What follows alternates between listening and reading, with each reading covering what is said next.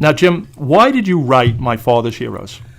Well, it's something I wanted to bring forward to, I guess, my kids. I had a lot of reasons, but that was the number one reason. To show the difference in the world, I guess it's 50, 60 years ago, than it is now. The heartaches, the different types of schooling, the whole aspect of where life was then as it is now.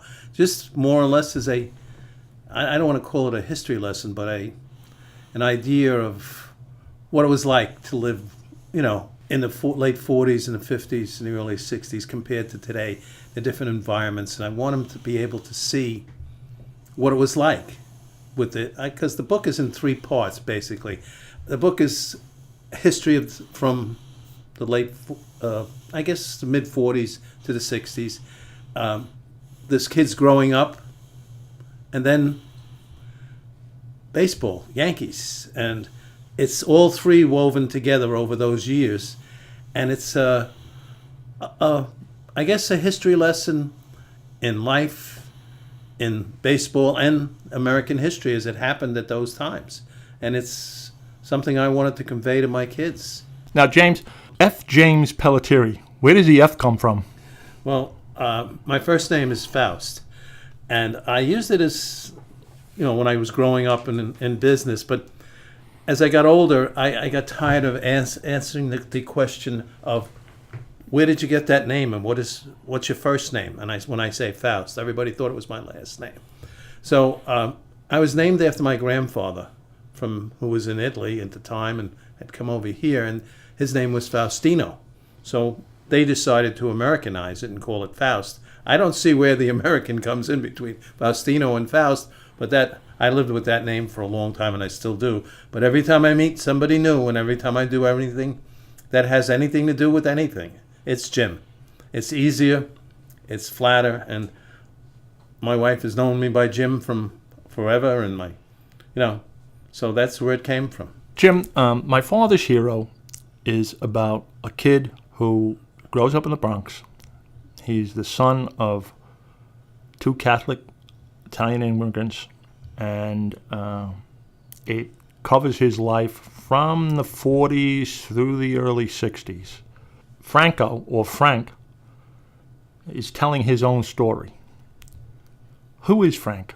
Where did he come from? What motivates him? Why does he do the things that he does? Well, let's go this way with it. Franco was a name that was settled on again, and then his mother insisted on calling him Frankie because she felt it sounded softer. I don't know if he's my alter ego or if it's the person the things that got done by him were maybe the things I wanted to do. In my mind, I transported myself back to that time. I saw what happened, and things that I did, maybe I would have liked to have done them the way he did them. So it became, I guess, my wish list, or whatever you want to call it, and he got to do, my spouse, like back and forth I'll say it, he got to do what I couldn't do.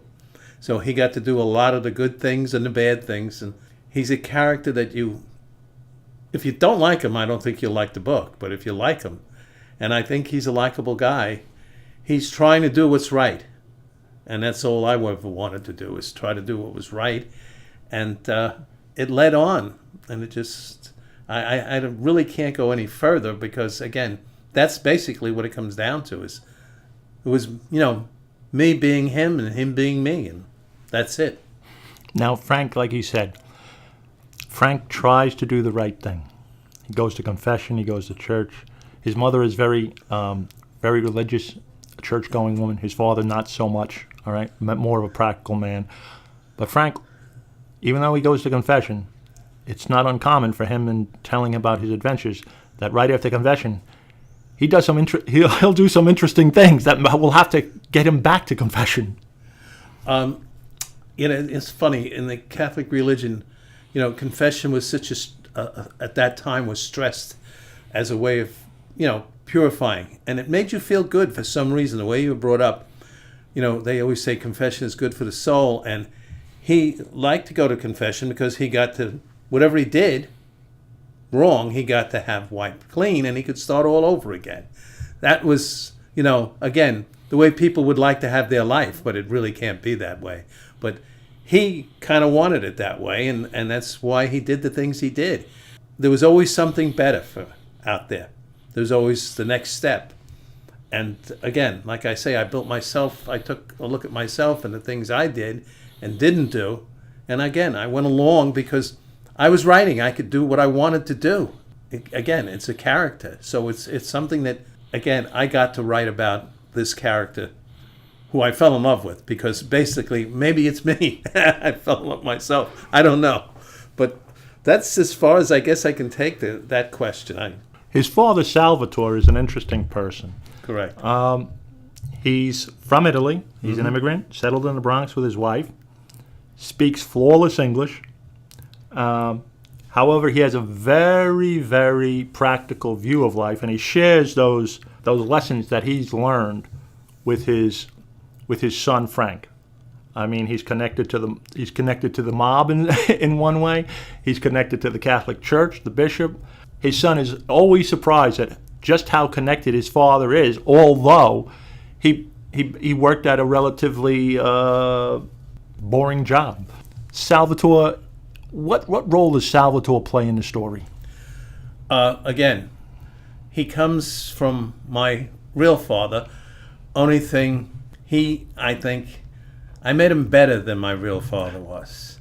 Okay, I tried to build him up to the point that he would also be a likable character and somebody that I would want to have as a father. Again, everybody's father, later on in life, you start to think about the things, and that saying about, the older I got, the smarter my father got. It really was true in my life. And I wanted to portray it in the book. I wanted to make him out better than he really was. And I think I did that to some point. But he also was a very, don't know what the word is, I guess serious or concerned person about life, never trusting anyone. That's the way the character is. And the reason for that is basically I told a story and I picked pieces of life and I formed them together from what actually happened to things that I said, well, maybe this is the way it should have happened. And that's how it went in the book. Okay. And he was a very complicated man. My father himself was a complicated man. But again, I tried to make Sal or Sally. That's the way he was referred to in the book. My father was always referred to as Sal. So, again, the part I'm thinking, he wanted to move on. My actual father was a strong disciplinarian person. He didn't believe in a lot of things. And I tried to change that to this point that he knew a lot more people than he really knew. I tried to make him, again, acceptable in the community and be I don't want to call him a leader, but be someone of importance to the people around him in the book.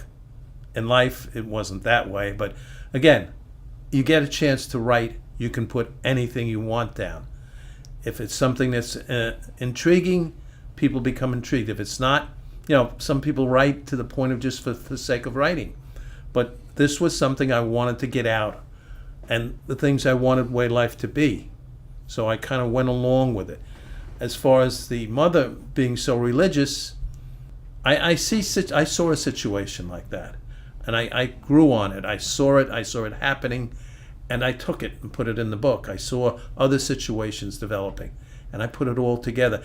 It took a lot of work, a lot of time to separate the facts and say which is reality and which is not. And we don't want to put too much reality, because reality doesn't really sometimes make a really good story. Reality sometimes isn't as dramatic, right? No, it's not. It's far from being dramatic.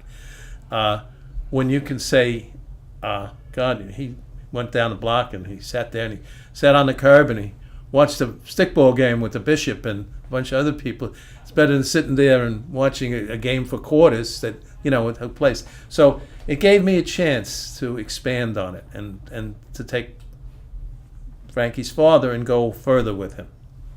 Now, let's talk a little bit about the writing style. When we first discussed the book, and I was really ecstatic about the book, and we talked about the writing style. The style here is, again, Frankie's telling his story. It's a very gritty type of tale. The language is real, and as a matter of fact, the way you use the language in terms of spelling and slang words and things of that, there are some that might say, oh, well, that was a very informal way to tell a story. But when we discussed it, we said, well, that is the style itself kind of evokes how people were there. It It's a evokes the street character. story. It's a street story. It comes from the streets. This is a kid in the street. The kids in the street, the 50s and the late 40s, and they hung out on the corner, they sung under the lights, and they didn't talk with, the vernacular and use the words that it came out. Whatever came out, came out, and that's what I put in the book. It takes place in the street, most of this book. So I kept the words, I kept everything else. It was a street thing, and I kept it a street thing, and that's what I wanted it to be. That's how I expressed it. I'm glad you brought up the fact that this is a story of the street, okay? Because part of that story is ethnic conflict. Right. You had, I think there's a notion today that what we have in terms of gangs and the conflict that we have in terms of cultures is something that's unique to today, but that's not true, because in this story, you point out that Frankie himself becomes a gang leader. Yeah, what happens is that in order to survive, and you take my experiences and the things that happened in my life and just take them and just add a little more to it. My wife says to me all the time, you can really tell a story and just drag it out and go on, and by the time you get finished with it, the kid went in, he got his finger, by the time you come out of the thing, the guy had his leg taken off. So it's that way, but it was a very hard time. It was a transition in this area. I don't know if you want to call it the country, but it was a very hard transition in this area. It was an all white area, then it started to turn, and the black kids came in, and they became part of the group. They were all part of the whole thing. The people from Puerto Rico stayed separate for some reason. They formed their own individual cliques, their own thing, and they became very protective of what they had. So they formed their own, you want to call it a gang? If you look these names up that are in the book, these gangs existed. They really did. You can go on Google and look them up. They're probably, they're not prevalent today, but they were then. And the way it happened in the book is basically the way a lot of these gangs and why they were formed.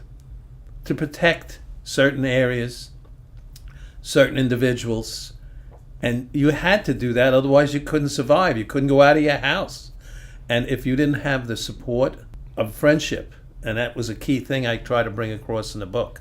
I try to bring across how friends are so important today and that day. Today, I don't know whether friendship means that much to these kids. They go play a basketball game, they go here, they go there. There's a soccer game, their parents are driving them all over the place. And I don't see any type of real bonding of friends. It's not a game. We needed a bat, which was a mop handle, and a Spalding, and as they used to call it back then, Spalding, and that was our game, and we could play for hours. Now it's everything's changed, and I don't know if it's better or worse. I'm not that I'm not a person of that type of knowledge to know whether we're better off now or when we were then. I'm not saying that. Most people always come up, the good old days. That they weren't so good all the time, as you could find out from the book. Again, a lot of people want to believe that it's a true story, because they ask me after they read the book, did those really happen? Did that really happen? And I'm almost sorry to say to them, the book is a fiction. It's not, everything in it didn't happen. Maybe some little items did, and they were expanded on, but it didn't all really happen. And I see people just, kind of disappointed that it's not true. But you know what? If you take it all together, and one bit here, one bit there, one bit here, there is some truth to it, but not as far as Frankie and his father and mother are concerned. It's a story of all of them coming together, but it really didn't happen that way. The book made it happen that way. Now, baseball, a place in this book. Baseball definitely has a place in this book, and it's sort of the thing that bonds father and son together. You want to talk about that a little bit? Yeah, that part is kind of almost realistic. It got to a point when I reached a certain age, I really didn't do the things the book says. But I enjoyed listening to the Yankees, and my father loved Tony Lazzeri. Matter of fact, I even wrote about him a little bit in the book, and that was the original start. You asked me, I went to write that book, the book based on him. I was going to write a short story about Tony Lazzeri, and my mind just went somewhere else, and I just continued going. But that was his favorite ball player. And being Italian, and people in those years were very proud of their heritage. And if someone else was also Italian, or whatever they were, and did something really extraordinary, it became very important to them. They became the rooters of those teams. I think I told which was true. It's not untrue, the story of Yankee Stadium, going to bleachers and sitting down. And if you didn't speak Italian, you couldn't talk to anyone. That was a true statement as far as I was concerned, because of the times I had gone. Baseball at that time was so different. I became angry, as you could probably tell in the epilogue of the book, where I talk about, all of a sudden the ball players, they're not ball players anymore. They're not playing a kid's game. Men playing a child's game. They consider themselves entertainers. I just read in the paper the other day that somebody got $300 million. I don't know how we're going to afford to pay these people and have a kid and take a kid to a baseball game. It's just reached a point that, they're entertainers, and they want to be paid as entertainers. They're not the people to be looked up at like they were years ago. I could not look up to any ball player like I looked up to Joe DiMaggio or Ted Williams. I mean, the guy was in 2 wars. He got all kinds of medals. He came back twice. And, how can I go and look up to somebody? I won't mention names today because I don't know where this is going. But, how these kids do today, and maybe because, I mentioned Ted Williams and they look at me like I'm crazy. But I find it hard today. I love the game. I still go. I still watch it every night. And I root for the Yankees, no matter how good or how bad they are. But it's not the same. And we, who changed it? I don't know how it got changed. We let it get changed. We let it get out of our hands. Again, it's the almighty buck that did it.